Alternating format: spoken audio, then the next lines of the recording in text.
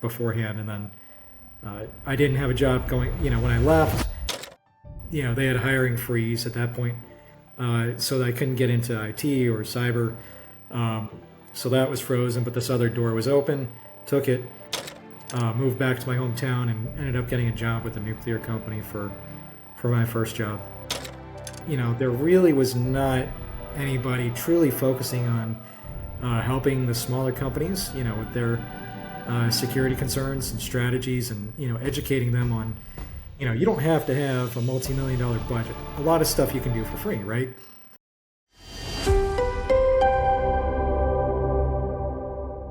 Welcome to Veterans Corner. I'm George Hinestrosa, an Air Force and Army retired veteran of 25 years and business owner for 9 years. Here on the show, we explore how military experience transforms into business success. Each episode features veterans who've built their thriving businesses, sharing strategies that turn military training into entrepreneurial advantage. The mission is to inspire and equip transitioning service members with practical knowledge and real-world insights from veterans who've built their businesses in many different industries. And today's guest is Kenneth Vignali. Welcome to Veterans Corner, Kenneth. Thank you for having me. It's my pleasure. We talk a lot about hackers, breaking into systems from outside, the ransomware attacks, the data breaches, nation-state actors. But here's what keeps security executives up at night. The enemy within. The trusted employee who goes rogue. The contractor who downloads sensitive trusted employee files before their last day. The insider who doesn't even realize they're being weaponized by sophisticated threat actors. Today's guest has spent over a decade in the trenches of one of cybersecurity's most complex and sensitive domains, insider risk management. From his early days as a civil affairs specialist in the U.S. Army to building Fortune 500 insider threat programs from the ground up, he's seen it all. The departing employee revenge plots, the corporate espionage, the accidental insider who clicked the wrong link. Kenneth is the founder of Signature Peace of Mind Advisors and former insider risk program manager at GuidePoint Security, where he developed entire commercial offerings around insider threat detection. He's employed tools like DTEX and Cyberhaven across major enterprises, trained teams on how to think like threat hunters from the inside out, and represented the United States at international government conferences on insider risk. But here's what makes his perspective so fascinating. He doesn't just see insider risk as a technology problem. He sat in rooms with HR, legal, and C-suite executives, helping them navigate the razor-thin line between security and privacy, between protection and paranoia, between trust and verification. Kenneth, again, welcome to the show. Thank you very much. So, Kenneth, very interesting, and like we said, we shared time in the same geography almost, me being a psychological operations guy and you being an ex-civil affairs specialist. But before we get into a lot of this other interesting stuff, can you tell us a little bit about, what was it as a young man that made you think about even joining the service? Did you have family? Did you have, did you watch too many movies like I did, What exactly was the motivating point in your life? Sure. So I think in my case, it was a combination of all the above. It was a bit of altruism. I did enjoy, like most typical American boys, watching war movies and shows and things like that. Yeah. So that got into my head, I would hope, in a positive way. And then, I had two grandparents that, and other relatives that had served at in different capacities. So, my late grandfather was really my catalyst for really wanting to pursue that. So he spent time in the Air Force when he served, and had a lot of great insight across the board on my different goals and objectives, and how to help me navigate those decisions. Mm-hmm. Beautiful, beautiful. So As a young man, how old were you when you came in to the service? Just more or I less. was 17. I was 17 years old when I joined. All right. So did your parents have to sign? Yeah, they had to agree to it. So, they're like, Yeah. all right, you can now become government property or out of our Yeah. hands. No, Yeah. it's not Wow. really. So tell us a little bit about that because I know you were a commissioned officer. Did you start off commissioned? Were you enlisted? Did No, you? I was enlisted the entire time, so Okay. I didn't go the commissioned route. Um, Okay. yeah, so I don't know if anything out there is wrong, but I'll correct if it is. No, no, Anyways, no, no. It's not okay, wrong. It's just I think there was something else in your resume that said commissioned officer, but I think it was for another company. okay. Yeah. So as you were coming through the ranks after basic training and all that, tell us a little bit about your experience as a young man. What were the mind games? Once you came out of basic training, obviously we all go through the mind games there, but Right. once you came into the service, how did you feel? What were the first few years? I mean, how was your adoption or adapting to the military? And can you share any of the maybe experiences that you may have gone through that maybe you liked or maybe you didn't like, but nevertheless, they were experiences. Yeah. Right. They kind of play a role, right? Kind of like Right. Legos. Hmm. I think, most people that go through basic, I don't know about the most recent years, but, slightly earlier years, I mean, it wasn't the easiest of things. There was some, parts of the PT that I didn't do so well on. I think it was the push-ups for me that took me a couple of iterations to get, but, there were some definite challenges that I had to learn to adapt with different people of different backgrounds. Even though I went to school in a very, mixed, it wasn't really racial. That's not the that's Diverse. All right. diverse. Yeah, from different parts of the country, I think. So this was really my first, job working with, Right. a diverse set of people from around the country. So, learning how to interact with people with different belief systems and things like that was interesting. Hmm. Made it through. I was, it's like, all right, this is only going to last so many weeks. I just got to wake up one more day and just, get through what we got to do and move on to Right. the next. Um, I went through Signal. I originally enlisted to be in signals intelligence. So after basic, I went to Florida for that AIT. And then, unfortunately, glorious military clearance was delayed for whatever reason, so I had to get reclassed to artillery. So I had almost made it all the way through graduation, and then there were some delays, and like, well, it's probably going to take. They don't know, right? They don't Yeah. know how Yeah. Yeah. to Yeah. take results. So like, well, we just got to get you on somewhere. Right. Right. So I got packed up and moved to Fort Sill, Oklahoma, and went to artillery Wow. school, which was two totally different dynamics, right? Going from, Yeah. intellectual to just learning how to blow things up. And I was like, all right, this is pretty Right. classic military, right? Yeah. Yeah. Um, so, That's what you uh, get for watching the movies, right?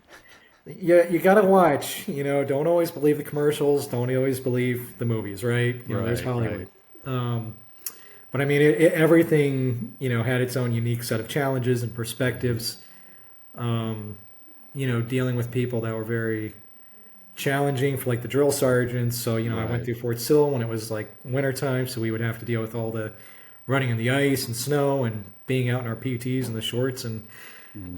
dealing with some very um, Adverse. adverse environments to Right. say the Right. least. So there was definitely some Yeah. Yeah. frustration where it's like, man, you can't just do what you're told, or So how long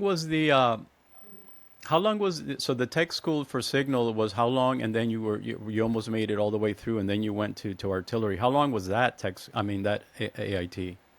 Oh goodness, I think my first tech school was supposed to be. I forget now. I think it was like 9 or 12 weeks or something like that. Right. Right. It was at in Pensacola. Uh, Florida. Yeah. Hmm. yeah, Corey Yeah. Station. So they had a language school there and all of that. Right. Um, and then Fort Sill was less than that. It was Right. maybe between 6 and 8 weeks. 6 weeks. Yeah. Yeah. Um, Wow. Yeah, that's a big difference. I mean, the whole mindset in those two areas of expertise are completely different, right? So yeah, you have to be hard, being in artillery. It's almost like being in the infantry, right? It's a Yeah. different mindset altogether. But again, experiences is what shape us, right? And it's what helps us break through the ice.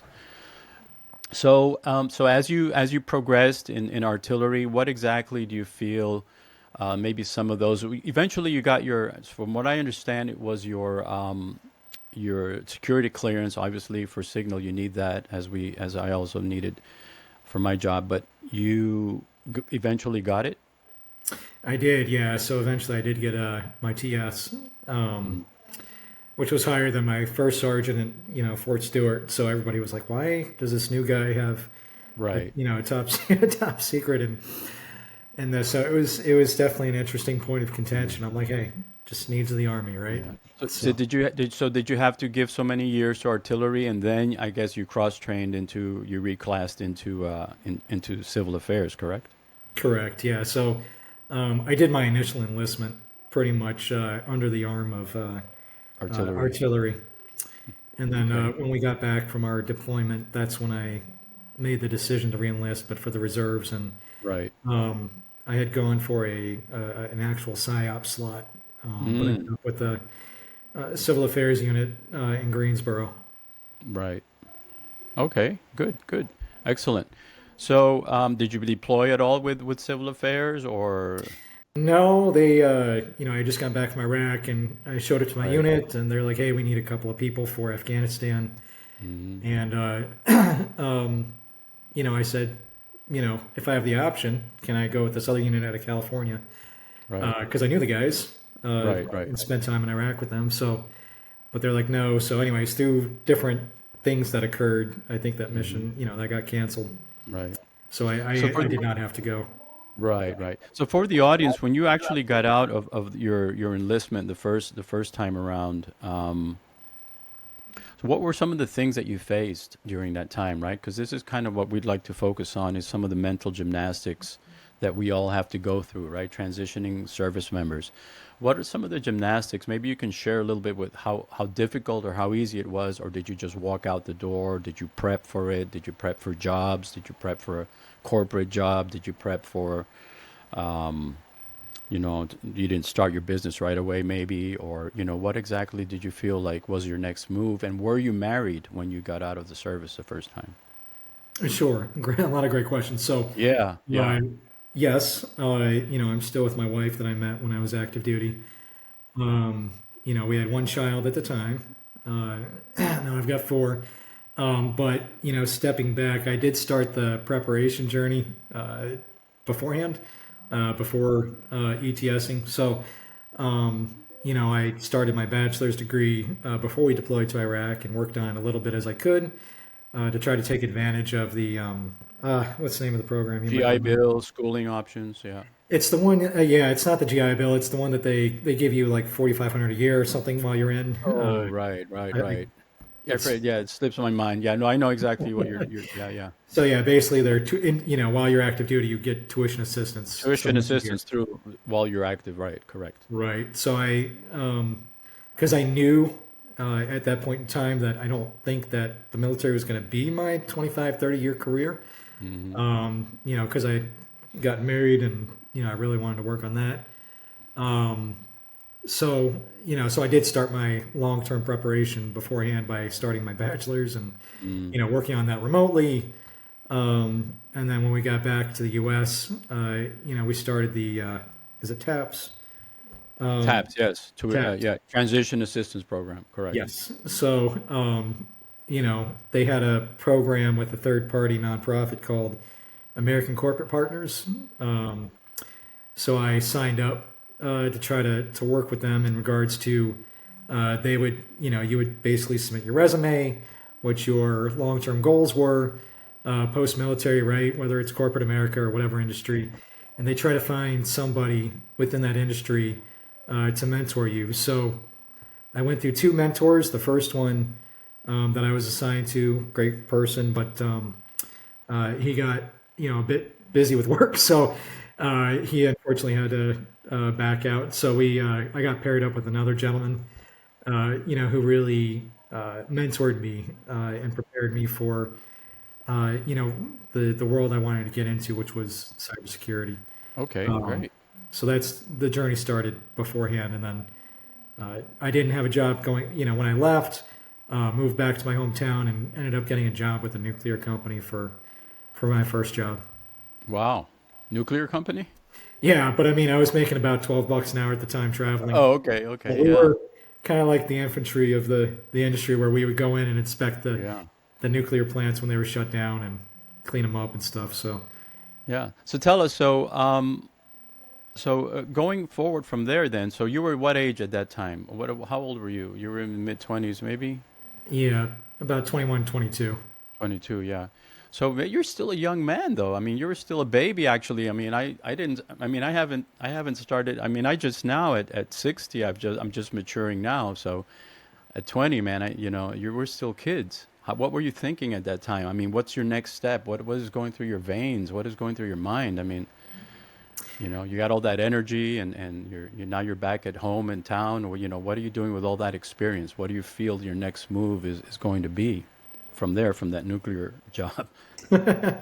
Well, yeah. So the nuclear job, they had um, it wasn't like veteran specific. This particular program, it was more, Hmm. they had a pipeline where they would, bring in high school graduates and stuff, and Hmm. basically pay for a nuclear associate's degree, and then you would travel, part of the year for them, and it was kind of like a work study program.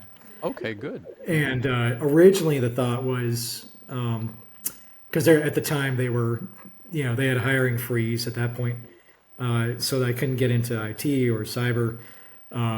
So that was frozen, but this other door was open. Took it. I was like, okay, cool. They pay for an associates and this, and I get some experience and get to travel and make a little bit of money for the Right, family. right. So the end goal was trying to get a full time job after the fact, and it's kind of like sort of semi competitive, and only so many opportunities. They can't get everybody after the program full time. So I was always trying to come up with a backup plan. Having a family kind of really reinforced the fact like I can't just count on one thing. So that's why I Right. really doubled down on trying to find something in cyber.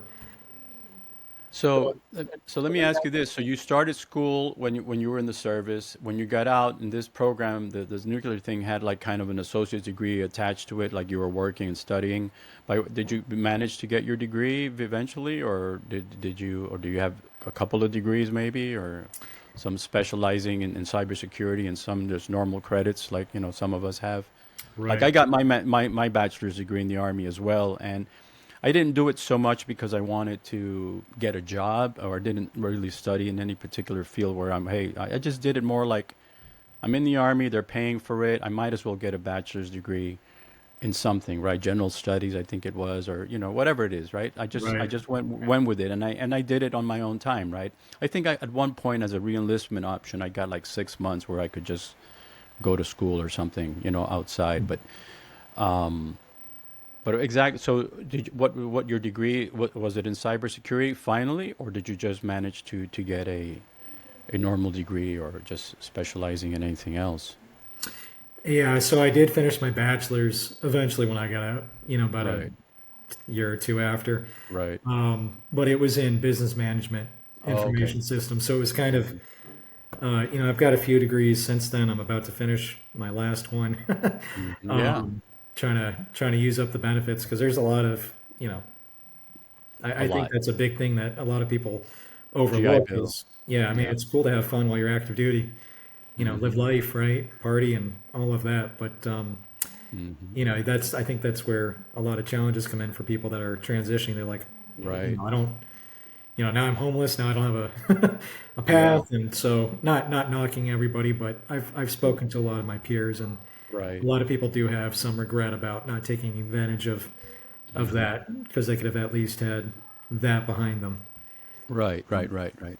Well, it's never too late, right? So, it's never too late. So there's a lot of things. I mean, I've heard some of my friends that you say, hey, man, I took a private pilot's thing, like they became a pilot, I mean, Right. private pilot, maybe not an airline pilot, but Sure. there's a lot of things, heavy machinery training. I mean, there's a lot of things that can be gotten through those programs, right? So, Oh, 100%. Yes. I really recommend anyone who's listening, the GI Bill is a storehouse of opportunity there. Don't let that go. And it stays with you once you get out. So it's like one of those things, right? That's true. One of those benefits that stays with you. So, all right. So going on from there, man. So now you're what, in your mid 20s? What was next for you, man? I mean, what's the mental games? What are the gymnastics you're playing in your mind going forward, bringing you now to where you are now? So yeah, so looking for something more long term career wise. Another connection of mine on LinkedIn, he mentored me with some additional training, through his small business contracting business to, really prepare, get some hands on experience in the cyber world. Right.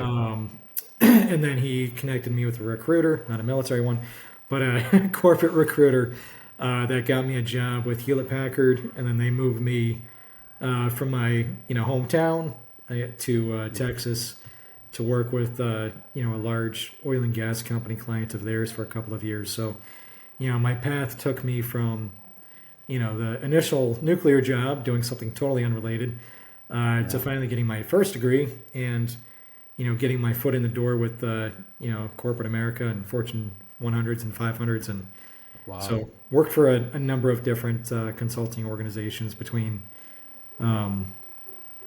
whatever it is, 2011 till Right. 2020ish, 2000. Right. Wow. Fantastic.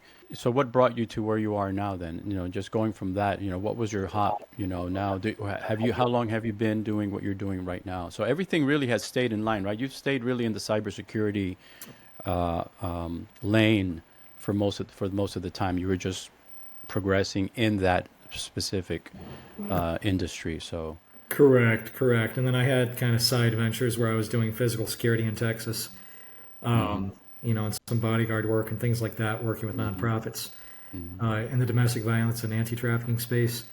But yes, yeah, my yeah. trajectory pretty much has been along the same vein, ultimately. hmm Right. Not. So most people can't do that, right? Some people, they say that nowadays, every 3 to 5 years, people are changing careers, right?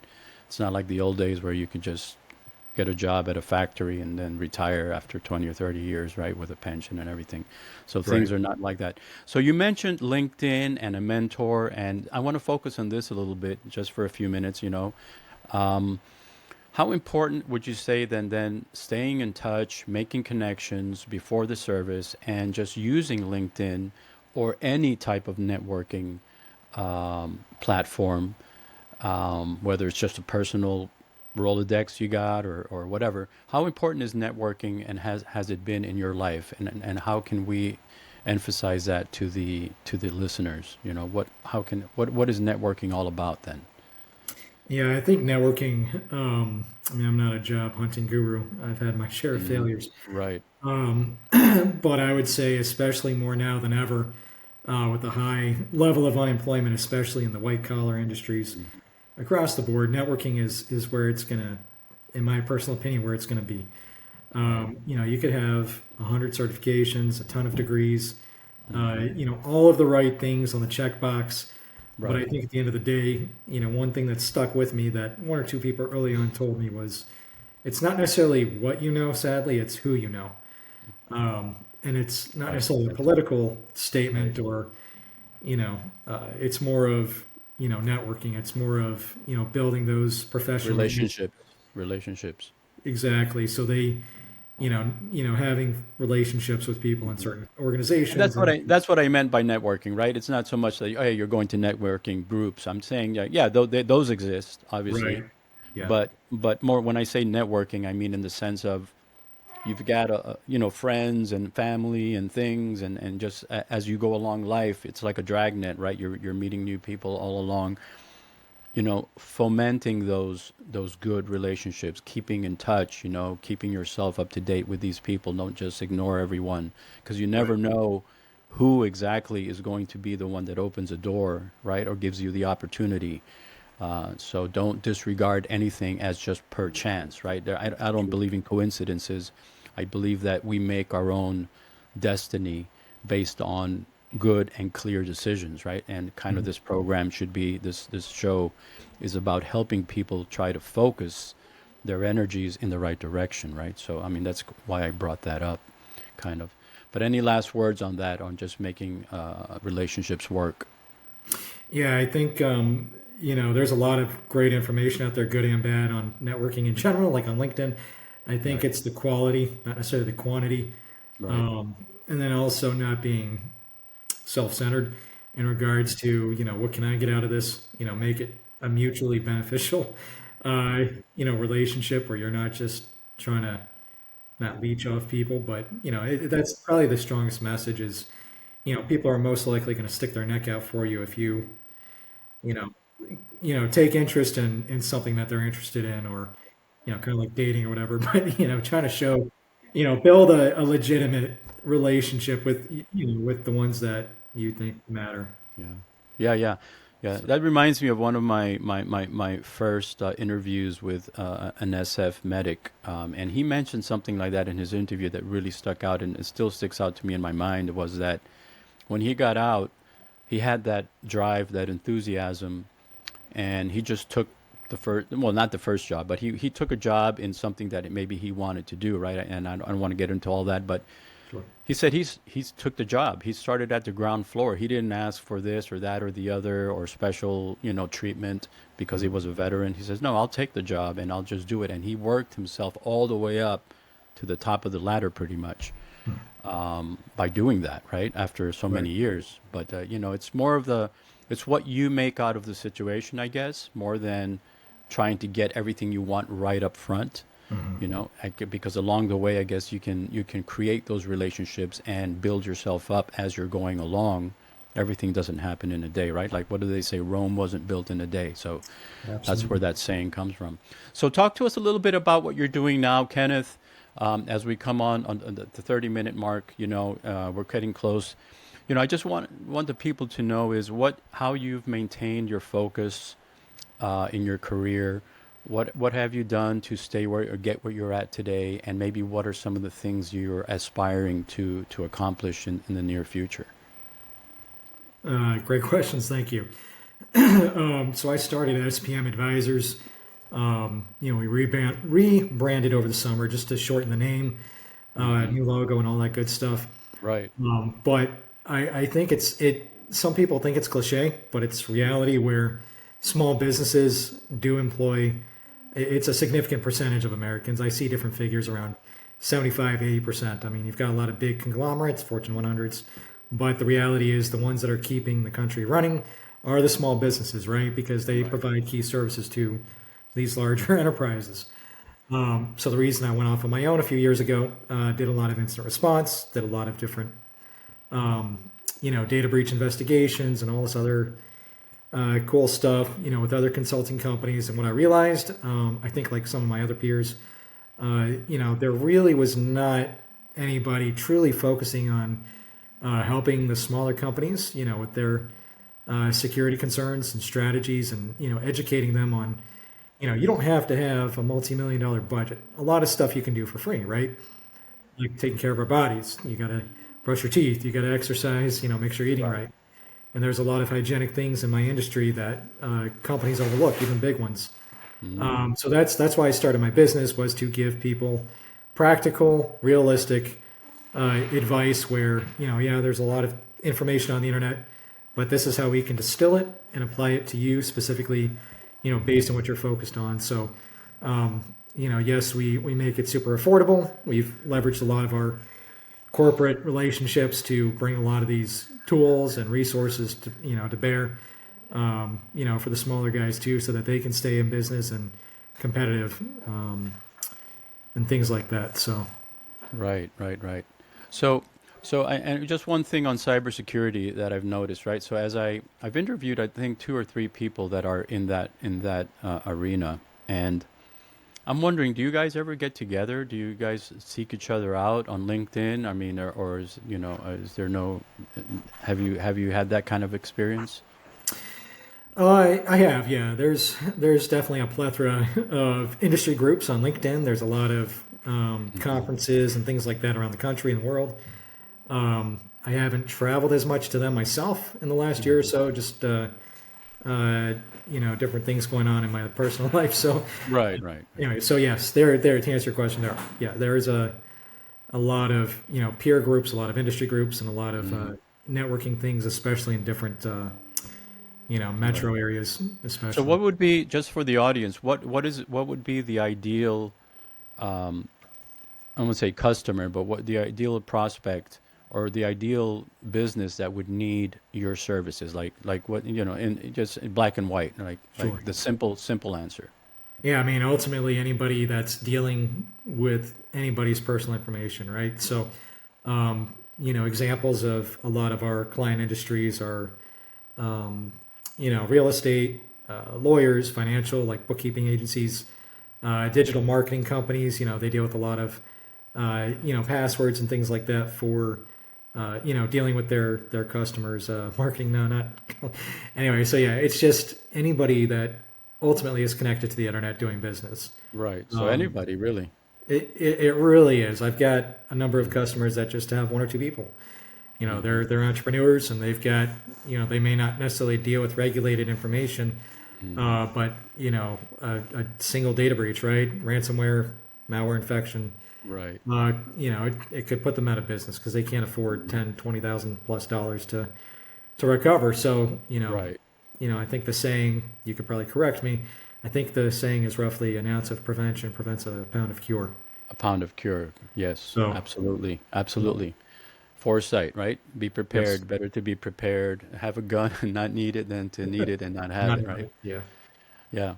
So, Kenneth, so just as we wrap up here, so what are some of the things that Kenneth does to stay focused in his personal life? Maybe you have four kids. You started off obviously in the military with one.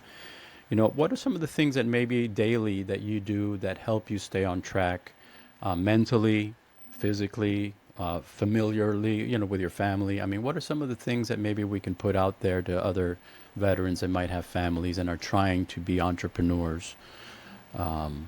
Because there is a challenge, right? There's always a challenge with being an entrepreneur. That's for sure. So I haven't gotten it fully figured out yet. I have more failures than successes, I think, with my personal family, admittedly.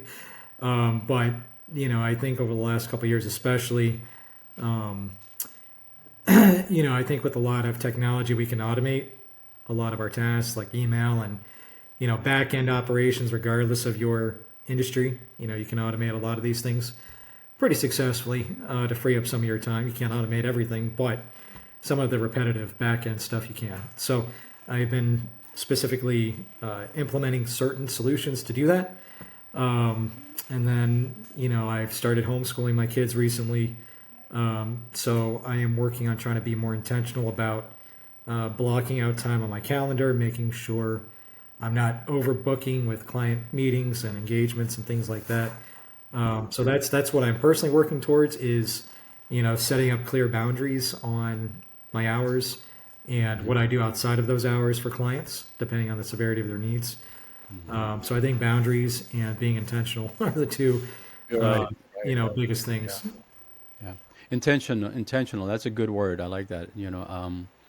Yeah, and a lot of things, and just to caveat on what you're saying is that, I mean, I'm 60 now, but what I've noticed is that also, uh, we all get into kind of a paradigm. Paradigm meaning, a group of learned habits that we grow up with. Some of them, from childhood. Some of them we acquire as we mature. But it's a paradigm. It's a group of habits, not just one habit or two. And some of the I guess one of the hardest things is when we try to do something like what you just mentioned, like try to make a new time for this or set aside time to say for me to play the guitar, right? I had to teach myself to play the guitar back in 2020 because of COVID and all this stuff. I said, well, what am I going to do with a little bit more free time? Boom. So what do? You intentionally, like you said, intentionally set time aside. You have to make yourself do it. And eventually it will become part of your paradigm, part of your habit, right? Once you know, it's like anything else, like driving. Once at the beginning, you're focusing on the pedals and everything.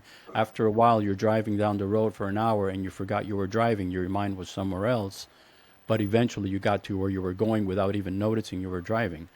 And that's what paradigm or habits do to us, is that they control us, without us even knowing. But like you said, intentionally making time, adding something to your calendar intentionally and trying to work towards that. That's a great piece of advice. Thank you for bringing that up. So my friend, as we wind down now and close out, if you had just a couple of minutes to spend with maybe a group of transitioning service members, what's in hindsight, 2020, what would you maybe want to say to them, or what tidbit would you want to leave the room with, if you had a couple of minutes just to say something to the audience, to the veterans out there transitioning or already retired veterans? Yeah, there are a lot of great resources and more resources for veterans opening up all the time, whether it's directly through the VA. There's a lot of nonprofits and other organizations with a plethora of scholarships and opportunities for training, whether it's white collar work, blue collar work, whatever you want to do. But I would say don't turn up your nose for just a constant good time while you're active duty. Sometimes it's worth it to double down and at least get some of that free education going, so that way you still have the GI Bill and post 9/11 GI Bill waiting for you when you leave, so you can get a ton of training and education for pretty much free.